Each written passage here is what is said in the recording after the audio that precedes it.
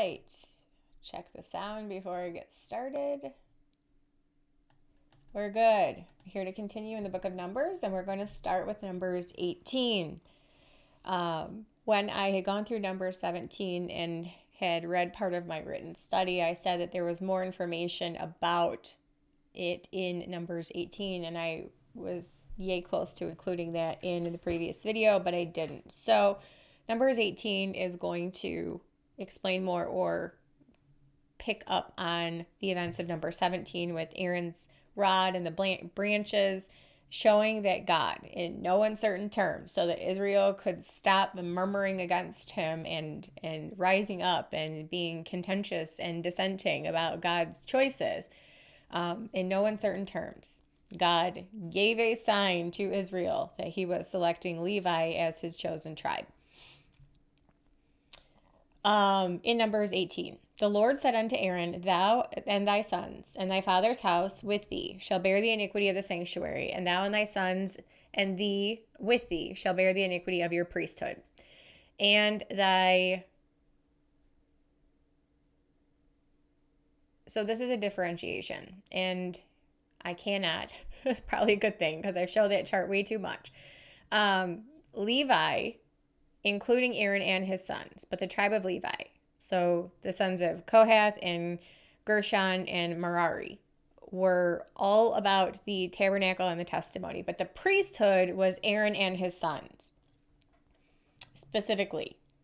So I will read this again to make sure that we draw the contrast, because part of the whole Korah's rebellion thing, which happened in number 16, was that part of the Levites who were not of the priesthood because they were not Aaron's sons thought that they should be more holy.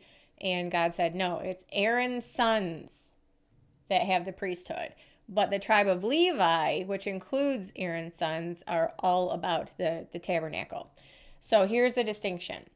Thou and thy sons and thy father's house with thee shall bear the iniquity of the sanctuary. Correct. And thou and thy sons with thee shall bear the iniquity of the priesthood. So there is a differentiation. Levi as a whole relates to the tabernacle and the temple and the sanctuary. But the priesthood is Aaron and his sons only, not Levi in general. Thy brethren also of the tribe of Levi, the tribe of thy father, bring thou with thee, that they may be joined unto thee and minister unto thee. But thou and thy sons with thee shall minister before the tabernacle of witness. And they shall keep thy charge and the charge of all the tabernacle, only they shall not come nigh the vessels of the sanctuary and the altar, and neither they nor ye also die. So it's very specific about who's doing what. They shall be joined unto thee and keep the charge of the tabernacle of the congregation for all the service of the tabernacle, and a stranger shall not come nigh unto you. Ye shall keep the charge of the sanctuary and the charge of the altar, that there be no wrath any more upon the children of Israel. So God's like, hopefully we've gotten it by now. Hopefully I've made my point clear. No more people have to die. And I, behold, I have taken your brethren the Levites from among the children of Israel. To you they are given as a gift for the Lord, to do the service of the tabernacle of the congregation. Therefore thou and thy sons with thee shall keep your priest's office for everything of the altar, and within the veil, and ye shall serve. I have given your priest's office unto you as a service of gift, and the stranger that cometh nigh shall be put to death. The Lord spake unto Aaron, Behold, I also have given thee the charge of mine heave offerings of all the hallowed things of the children of Israel. Unto thee I have given them by reason of the anointing, and to thy sons by an ordinance forever. This shall be thine of the most holy things, reserved from the fire. Every oblation of theirs, every meat offering of theirs, every sin offering of theirs, every trespass offering of theirs, which they shall render unto me, shall be most holy for thee and for thy sons. In the most holy place shalt thou eat it. Every male shall eat it, and it shall be holy unto thee. And this is thine, the heave offering of their gift, with all the wave offerings of the children of Israel I have given them unto thee, and to thy sons and to thy daughters with thee by a statute forever. Every one that is clean in thy house shall eat of it. All the best of the oil, all the best of the wine, and of the wheat, of the firstfruits of them, which they shall offer unto the Lord, them have I given thee. And whatsoever is first ripe in the land, which they shall bring unto the Lord, shall be thine. So this is the tithe offering, essentially. Every one that is clean in thine house shall eat of it. Everything devoted in Israel shall be thine. Everything that openeth the matrix, or the firstborn in all flesh, which they bring unto the Lord, whether it be of men or beast, shall be thine. Nevertheless, the firstborn of man shalt thou surely redeem, and the firstling of unclean beast shalt thou redeem. Those that are to be redeemed from a month old shalt thou redeem according to thine estimation for the money of 5 shekels, after the shekel of the sanctuary, which is 20 gerahs. But the firstling of a cow, or the firstling of a sheep, or the firstling of a goat, thou shalt not redeem. They are holy. Thou shalt sprinkle their blood upon the altar, and shalt burn their fat for an offering made by fire, for a sweet savor unto the Lord. And the flesh of them shall be thine, as the wave breast and as the right shoulder are thine. All the heave offerings of the holy things which the children of Israel offer unto the Lord have I given thee, and thy sons and thy daughters with thee by a statute forever. It is a covenant of salt forever before the Lord unto thee and to thy seed with thee. The Lord spake unto Aaron, Thou shalt have no inheritance in their land, neither shalt thou have any part among them. I am thy part and thine inheritance among the children of Israel. And behold, I have given the children of Levi all the 10th in Israel for an inheritance, so the tithe, for their service which they serve, even the service of the tabernacle of the congregation. There is no commandment to tithe in the New Testament.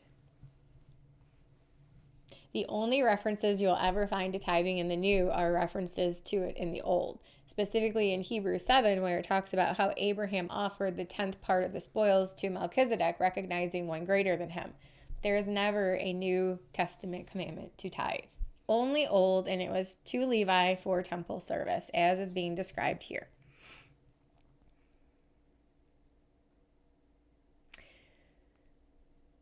I'm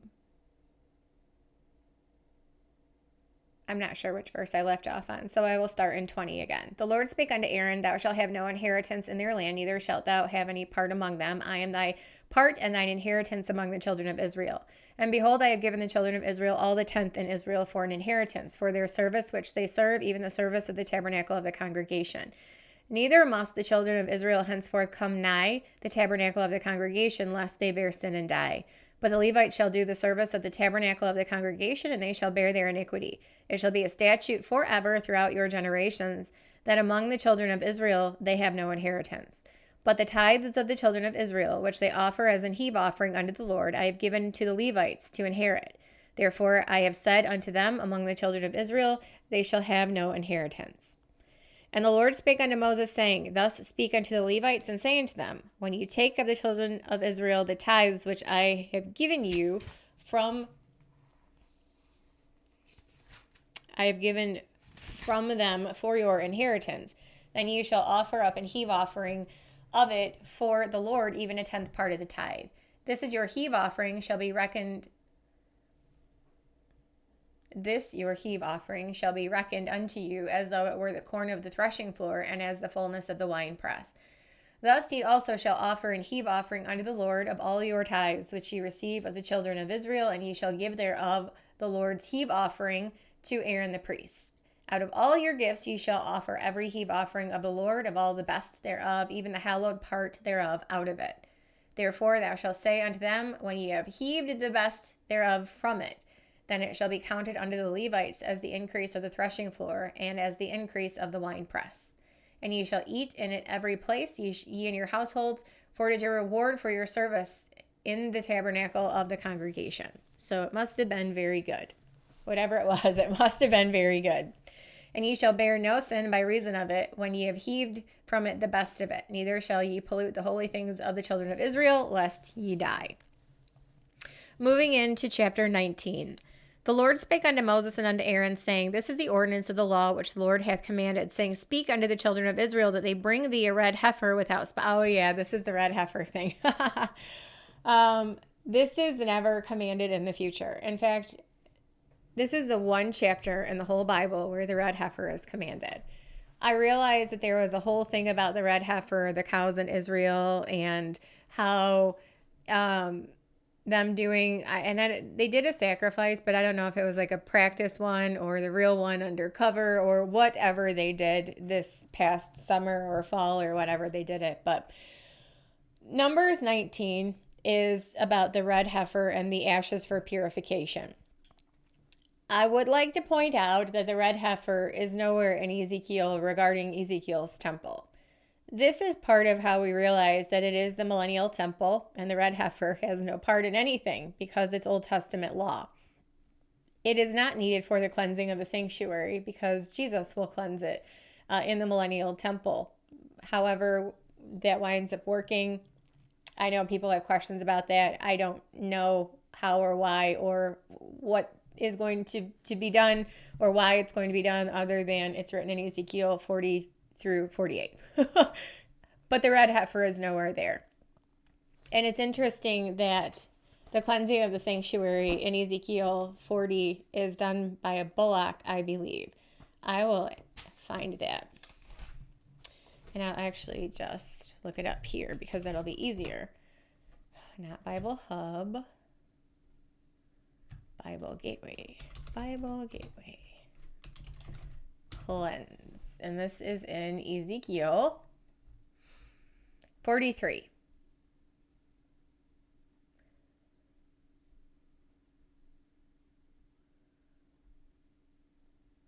And 45 and 47. 45. Ezekiel 45:18. Thus saith the Lord, in the first month and the first day of the month, which is when they start doing anything for the sanctuary, thou shalt take a young bullock without blemish and cleanse the sanctuary. That is the only reference to cleansing in Ezekiel 43. When I say it's the only reference to cleansing, I mean when cleansing is referenced, the only thing is referenced aside is a bullock. There is never a heifer mentioned. I don't know. This is like, so my reason for pointing this out is twofold. A red heifer is unnecessary for Ezekiel's temple. Ezekiel's temple is the millennial temple, yes, but it's also going to be the 70th week temple because obviously they're going to build it to honor someone who comes in the place of Christ and is the false Messiah, not the real one. To start the 70th week. Daniel's 70th week is predicated upon he shall confirm the covenant with many for 1 week. Yes, as someone who comes in the place of Christ, it's the prince who shall come instead of Messiah the prince. Daniel 9 talks about this. And they're going to rebuild the temple, reinstitute the sacrificial system as part of confirming the Daniel 9:27 covenant, which is the Mosaic covenant. But part and parcel with that is Ezekiel's end times vision, which details things that will be going on in kingdom that they will relate to the 70th week. It talks about the prince's part. Yes, the prince who shall come versus Messiah the prince. They belong to Messiah the prince, but they will be done by the prince that shall come. Or something to that effect, because again, read the prince's part. Well, the prince is described in Daniel 9:26 and Daniel 9:27. So Ezekiel and Daniel are tied together. But what you will note as curiously absent with regarding of the cleansing of Ezekiel's temple is the red heifer. It is not the red heifer which cleanses it. It is the young bullock, which is not a red heifer. It's just interesting to note. So ultimately what that means is that whether or not they decide that a red heifer is necessary, the Bible does not say that it is necessary for Ezekiel's temple. What I also realize is that Ezekiel's temple is probably outside the purview of what they're doing. Maybe it is, maybe it isn't. I don't know. I don't study or don't research these things. I don't know which temple they have ready to be built. What I do know is that when the time comes and the situation is ripe, it will be Ezekiel's temple that gets built for the wrong reasons and to the wrong person, but there is no red heifer associated to Ezekiel's temple. And there wouldn't be, because the red heifer belongs to the old covenant law, not the new covenant. Jesus is going to rule from the throne of David. Anyone who's in kingdom with him at that time will be a new covenant believer if they are in their natural bodies. I mean, Israel at that time. Obviously, there's going to be resurrected Old Testament saints, but I'm talking about the remnant of Israel that goes in and does these things alongside him that are listed, that the lots getting parceled to the tribes and things like that, populating the kingdom, all of that. That's new covenant Israel believers at the second coming of Christ.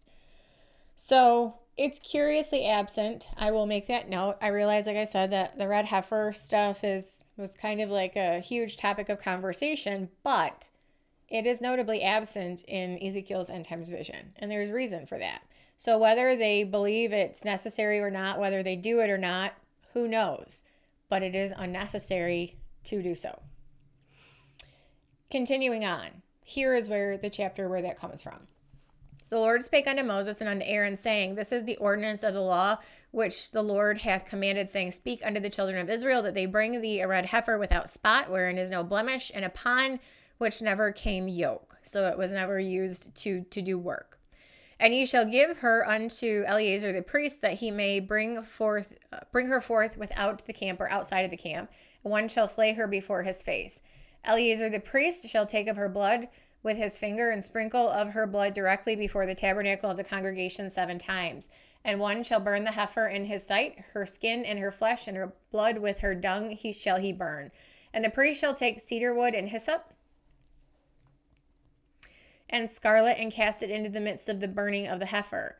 Then the priest shall wash his clothes, and he shall bathe his flesh in water, and afterward he shall come into the camp, and the priest shall be unclean until the even. He that burneth her shall wash his clothes in water, and bathe his flesh in water, and shall be unclean until the even.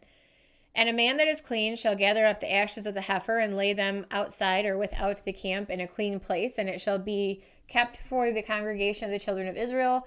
For a water of separation is a purification for sin.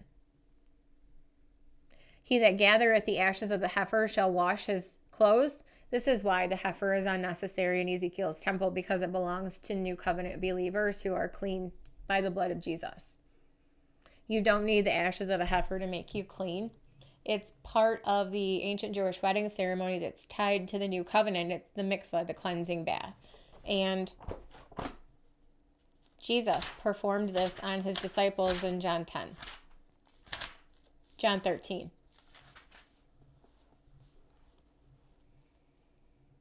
John 13:4, after the Last Supper. He riseth from the supper, and laid aside his garments, and took a towel, and girded himself. After that he poureth water into a basin, and began to wash the disciples' feet, and to wipe them with the towel wherewith he was girded. Then cometh he to Simon Peter, and Peter saith unto him, Lord, dost thou wash my feet? And Jesus answered and said unto him, What I do thou knowest not now, but thou shalt know hereafter. Peter saith unto him, Thou shalt never wash my feet. And Jesus answered him, If I wash thee not, thou hast no part with me. Simon Peter saith unto him, Lord, not my feet only, but also my hands and my head. And Jesus saith unto him, He that is washed, he is not saved to wash his feet, but is clean every whit. And ye are clean, but not all, because he was referring to Judas at that time. So that's why the red heifer is unnecessary to purify, because in the new covenant, Jesus does it. Jesus does it. Verse 10 of Numbers 19. He that gathereth the ashes of the heifer shall wash his clothes and be unclean until the even, and it shall be unto the children of Israel and unto the stranger that sojourneth among them for a statute forever. He that toucheth the dead body of any man shall be unclean 7 days. He shall purify himself with it on the 3rd day, and on the 7th day he shall be clean. But if he purify not himself the 3rd day, then the 7th day he shall not be clean. Purifying the 3rd day. What's a reference to the 3rd day? Jesus purified everyone who believes in him with his death on the cross. And he rose on the 3rd day. Maybe what's that a foreshadow of? I don't know. But if you're not, it doesn't purify himself on the 3rd day. Yeah, you're not clean. Yeah, you need to believe the Lord Jesus Christ to be saved, and then you're clean. Whosoever toucheth the dead body of any man that is dead, and purifieth not himself, defileth the tabernacle of the Lord, and that soul shall be cut off from Israel. Because the water of separation was not sprinkled upon him, he shall be unclean, and his uncleanness is yet upon him. This is the law when a man dieth in a tent. All that come into the tent, and all that is in the tent, shall be unclean 7 days. And every open vessel which hath no covering bound upon it is unclean, and whosoever toucheth one that is slain with a sword in the open fields, or a dead body, or a bone of a man, or a grave, shall be unclean 7 days. Now, this is interesting too, because when you factor in, and part of probably a big rush to go back to the law, confirming the covenant, building the temple, doing the sacrificial system, all of that is because in the aftermath of Gog and Magog, what happens? Dead bodies and bone marking. So when you're talking about in the aftermath of Gog and Magog, and people going back to people confirming the covenant with the one who comes in the place of Christ in the immediate aftermath, you're talking about being ritually unclean because of proximity with dead bodies and bones and needing to be cleaned, and thus that's probably where the ashes of the heifer play in the sacrificial system and the offering and the cleansing and all of that. So this is all going to be tied into the proximity of Gog and Magog to the start of the 70th week. The purification required for Israel because they're going to sever out men of continual employment from Israel to locate bones and bury dead bodies for a period of 7 months. And this is in Ezekiel 39. So this is all going to play in together. And again, this just goes to underscore the proximity, the necessary proximity, especially from a legal standpoint of if God's going to declare himself mighty and save you on the world stage, what's the best way to go back to him under your old covenant? Because that's the only way you know. You need your temple, your sacrificial system, your red heifer, your ritual cleanness, because of the aftermath of Gog and Magog. Ezekiel 39. It says in verse 11 that it shall come to pass in that day that I will give unto Gog a place there of graves in Israel, the valley of the passengers on the east of the sea. It shall stop the noses of the passengers. There they shall bury Gog and his multitude. They shall call it the valley of Hamon-Gog. 7 months shall the house of Israel be burying of them, that they may cleanse the land. Yea, all the people of the land shall bury them, and it shall be to them for a renown that the day that I shall be glorified, saith the Lord. And they shall sever out men of continual employment, passing through the land to bury with the passengers those that remain upon the face of the earth to cleanse it. After the end of 7 months shall they search. And the passengers that pass through the land, when any seeth a man's bone, then shall he set up a sign by it till the buriers have buried it in the valley of Hamon-Gog. So the buriers are going to be ritually unclean, which then goes back to the whole red heifer and the temple and the reinstitution of the sacrificial system and the cleansing and purification, all of that. So it's very closely tied together. It's very interesting to note. Again, you're underscoring the need of proximity to Ezekiel 39 and Ezekiel 40, which is Gog and Magog, rebuilding of temple. And rebuilding of temple is linked to Daniel 9:27a. He shall confirm the covenant with many for 1 week. Confirmation is a reinstituted Mosaic law. All the Lord has, we're going to read the book of the law, and all the Lord has said we will do, be obedient, do a sacrifice, confirm it, and off to the races with the 70th week. These things are all tied together. But curiously absent from Ezekiel's temple is the red heifer for cleansing. It's the young bullock, specifically for the altar and the cleansing of that kind of stuff, temple related. But for the people, I suppose, is the red heifer. So again, you're talking about a necessary proximity for legal reasons, and the red heifer might just kind of bring that together with the Ezekiel 39 and Ezekiel 40 things. So I guess you're talking about a difference between purifying people versus purifying the temple. Purifying the people would be necessary for the Ezekiel 39 stuff. And how would you do that without a red heifer? Except they don't need the red heifer because Jesus has declared everyone clean who believes in him. Although the people who believe in him aren't going to be here to do the red heifer stuff, and they won't be part of Daniel's 70th week. So anyway, there's some curious ties there, but I do believe that explains, again, much of the proximity between those two events. Ezekiel 39 and 40. Continuing on in Numbers 19. Whosoever toucheth one that is slain with the sword, or a dead body, or a bone of a man, or a grave, shall be unclean 7 days. And for the unclean person they shall take of the ashes of the burnt heifer of purification for sin, and running water shall be put into a vessel. A clean person shall take hyssop and dip it in the water, and sprinkle it upon the tent, upon the vessels, upon the persons that were there, and upon him that touched a bone, or one slain, or one dead, or a grave. Again, you're talking about proximity to Ezekiel 39. And the clean person shall sprinkle upon the unclean on the 3rd day, and on the 7th day, and on the 7th day he shall purify himself, and wash his clothes, and bathe himself in the water, and be clean at even. But the man that shall be unclean, and shall not purify himself, the soul shall be cut off from among the congregation, because he hath defiled the sanctuary of the Lord. The water of separation hath not been sprinkled upon him, he is unclean. And it shall be a perpetual statute unto them, that he that sprinkleth the water of separation shall wash his clothes, and he that toucheth the water of separation shall be unclean until even. And whatsoever the unclean person toucheth shall be unclean, and the soul that toucheth it shall be unclean until even. Chapter 20. Then came the children of Israel, even the whole congregation, into the desert of Zin in the 1st month. And the people abode in Kadesh, and Miriam died there and was buried there. the same Miriam who got leprosy for complaining about Moses. It's unfortunate. There was no water for the congregation, and they gathered themselves together against Moses and against Aaron. So instead of just asking nicely, it's like, hey, we noticed there's none. Can maybe you ask God to help us? And they're like, they gathered against Moses. We should know by now that that does not work out well. The people chode with Moses and spake, would God that we had died when our brethren died before the Lord. They're so fatalistic and dramatic, aren't they? And why have you brought up the congregation of the Lord into this wilderness, that we and our cattle should die there? And wherefore have you made us to come out of Egypt to bring us to this evil place? It is no place of seed or of figs or of vines or of pomegranates, neither is there any water to drink. And Moses and Aaron went from the presence of the assembly unto the door of the tabernacle of the congregation, and they fell upon their faces, and the glory of the Lord appeared unto them. The Lord spake unto Moses, saying, take the rod, and gather thou the assembly together, thou and Aaron thy brother, and speak ye unto the rock before their eyes. Speak to it. Talk to it nicely. Is Moses going to do that? No, he's sure not. Because Moses is probably just frustrated with all of this, which is unfortunate.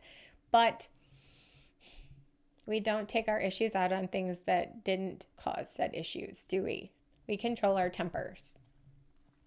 Speak ye unto the rock before their eyes, and it shall give forth his water, and thou shalt bring forth to them water out of the rocks. So thou shalt give the congregation and their beasts drink. And Moses took the rod from before the Lord as he commanded him. Moses and Aaron gathered the congregation together before the rock, and he said unto them, hear now, ye rebels, must we fetch you water out of this rock?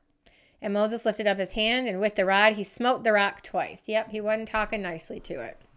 He was aggressive because he was frustrated, and that's unfortunate. But he did not do as the Lord asked. The water came out abundantly, the congregation drank, and their beasts also. But the Lord spake unto Moses and Aaron, because ye believed me not, to sanctify me in the eyes of the children of Israel, therefore ye shall not bring this congregation into the land which I have given them. Didn't need to beat it, Moses. Didn't need to beat it. You just needed to ask it nicely. This is so indicative of how Israel dealt with Moses and dealt with God. They didn't need to beat it. They didn't need to come and complain and murmur and despise everything. They just needed to ask it nicely. I guess that's evident of like the entire problem all along. Is Moses didn't need to beat the rock. He needed to ask it nicely. And Israel didn't need to beat Moses over the head or be fatalistic or dramatic and murmur against God and be contentious and dissenting. They just needed to ask nicely. Just needed to ask nicely. This is the water of Meribah, because the children of Israel strove with the Lord, and he was sanctified in them. Moses sent messengers from Kadesh unto the king of Edom. Thus saith thy brother Israel, thou knowest all the travel that has befallen us. So Edom is the land of Esau, brothers, because Jacob and Esau. So thus saith thy brother Israel, the whole Jacob and Esau descendants. Thou knowest all the travel that hath befallen us, how our fathers went down into Egypt, and we have dwelt in Egypt a long time, and the Egyptians vexed us and our fathers. That's putting it nicely. And when we cried unto the Lord, he heard our voice and sent an angel and hath brought us forth out of Egypt. And behold, we are in Kadesh, a city in the uttermost of thy border. Let us pass, I pray thee, through thy country. We will not pass through the fields or through the vineyards, neither will we drink of the water of the wells. We will go by the king's highway. We will not turn to the right hand nor to the left until we have passed thy borders. And Edom said unto him, thou shalt not pass by me, lest I come out against thee with a sword. The children of Israel saith unto him, we will go by the highway, and if I and my cattle drink of thy water, then I will pay for it. I will only, without doing anything else, go through on my feet. And he said, thou shalt not go through. And Edom came out against him with much people and with a strong hand. Thus Edom refused to give Israel passage through his border, wherefore Israel turned away from him. Well, just so you know, Edom, we went through this when we went through Obadiah. Edom is actually going to be dealt specifically dealt with specifically by Jesus. There's a prophecy in Numbers 24. I shall see him, but not now. I shall behold him, but not nigh. Talking about Jesus. A star, there shall come a star out of Jacob, and a scepter shall rise out of Israel, and shall smote the corners of Moab, and destroy the children of Sheth. Edom shall be a possession. I cannot read. Seir also shall be a possession for his enemies, and Israel shall do valiantly. Edom, Moab, and Ammon escape out of the hand of the beast during the second half of the 70th week. Daniel 11 notes this, specifically because Jesus is prophesied to deal with them directly. Part of the reason he's going to deal with Edom directly is because of this here in Numbers. Moab is a story coming up, and Moab and Ammon are the children of Lot. It's amazing how all of these brother versus brother, cousin versus cousin things happened. A lot of them from unions that never should have existed, like Lot and his daughters, begetting Moab and Ammon, who are perpetual enemies of Israel. The whole Jacob and Esau with the birthright thing, and Esau is Edom, and there's just perpetual hatreds. Ham, Shem, and Japheth, a lot of that goes back to that. Cain and Abel. It's very interesting how it's brother versus brother. It's usually not your enemies, the people you don't know, that treat you the worst. It's the people you do know who treat you the worst, and this is evidenced through the Bible. Bad choices lead to bad consequences, which are perpetual hatreds and things that Israel continues to have to deal with. But Edom did not let Israel pass through. And interestingly, Obadiah talks about in the day of Israel's distress, specifically the midpoint of the 70th week when they're fleeing, in the day of Israel's distress, Edom is not only not going to help and give passage, but they are going to try to thwart the flight of Israel. And that is what Obadiah is all about, is the recompense for that, and 100% of Edom and the Mount of Seir will be destroyed. So continuing in Numbers 20. The children of Israel, even the whole congregation, journeyed from Kadesh and came unto Mount Hor. The Lord spake unto Moses and Aaron in Mount Hor, by the coast of the land of Edom, saying, Aaron shall be gathered unto his people, for he shall not enter into the land which I have given unto the children of Israel, because ye rebelled against my word at the water of Meribah. Take Aaron and Eleazar his son, and bring them up unto Mount Hor, and strip Aaron of his garments, and put them upon Eleazar his son. Aaron shall be gathered unto his people, and shall die there. So Moses did as the Lord commanded, and they went up unto Mount Hor in the sight of all the congregation. And Moses stripped Aaron of his garments and put them upon Eleazar his son, and Aaron died there at the top of the mount. And Moses and Eleazar came down from the mount. So Miriam and Aaron are now both deceased. And when all the congregation saw that Aaron was dead, they mourned for Aaron 30 days, even all the house of Israel. So I am going to stop here. And in the next video, we're going to talk about the story of Balaam and Balak and some interesting things. But this has been our continued journey in Numbers 21. And I will actually grab a screenshot of the rock, because the rock where the water came out has been located in the desert of Arabia where Meribah was. And I will include the link in the description box of this video, so you can click on it and take a peek at that if you should choose to do so. Having said that, I will see you later. Happy New Year, and we'll be back with a new video starting in Numbers 21 in the near future. Take care.